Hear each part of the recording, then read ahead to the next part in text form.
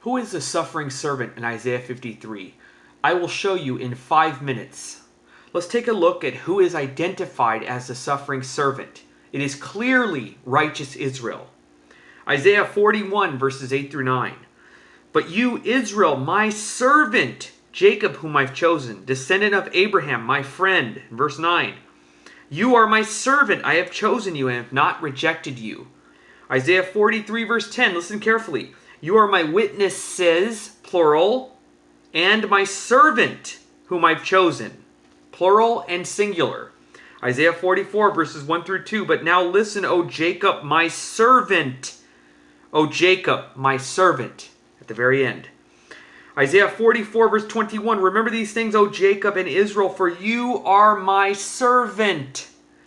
I have formed you, you are my servant, O Israel. Isaiah 45 verse 4, for the sake of Jacob, my servant, and Israel, my chosen one, I have called you by your name.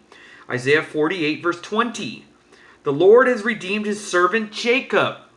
Isaiah 49 verse 3, and he said to me, you are my servant Israel, whom I will be glorified.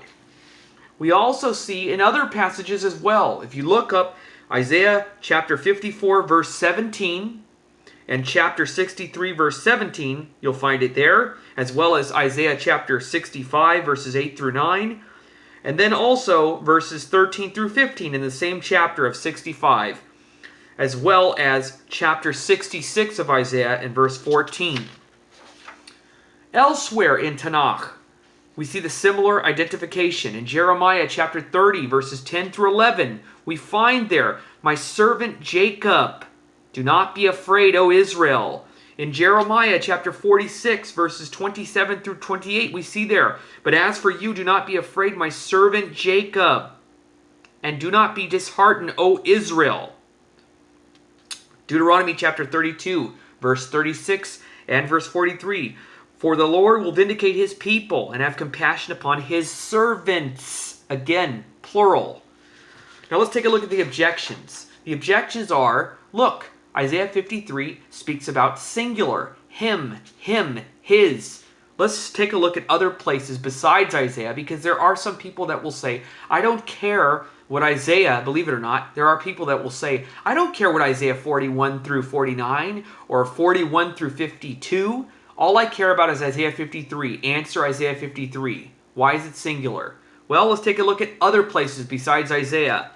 In Exodus chapter 4, verse 22, it says there, and you shall say unto Pharaoh, thus says Yehovah, Israel is my son, singular, and my firstborn. Hosea chapter 8, verse 3, Israel has rejected the good, the enemy will pursue him, singular. Hosea 11, verse 1, when Israel was a child, then I loved him, and I called my son out of Egypt. It doesn't say, Israel are my children, is my son, it says, very clearly, singular, singular, singular. Hosea 14, verses 5 through 6. I will be like the dew to Israel. He will blossom like the lily, and he will take root like the cedars of Lebanon. His shoots will sprout, and his splendor will be like the olive tree. Again, him, singular, singular. Psalm 130, verse 8. And he will redeem Israel from all his sins. Jeremiah 48, chapter 48, verse 27. Or was he caught among thieves? For each time you speak about him, you shook your head in scorn. It talks about Israel. Jeremiah chapter 50, verse 19. And I shall bring back Israel to his pasture, and he will graze the Carmel and the Bashan, and his desire will be satisfied in the hill country of Ephraim and Gilead. Exodus chapter 19, verse 2. And they set out for Rephidim. They came to the wilderness of Sinai and camped in the wilderness. And there he, Israel, encamped in front of the mountain. I can go on and on and on. I have pages and pages of this. But do we need more?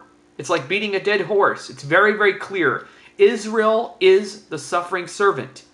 Never, this is a fact, not once is Isaiah 53 ever identifying who the servant is. So therefore, the answer is, because Isaiah knew that you would have read the previous chapters.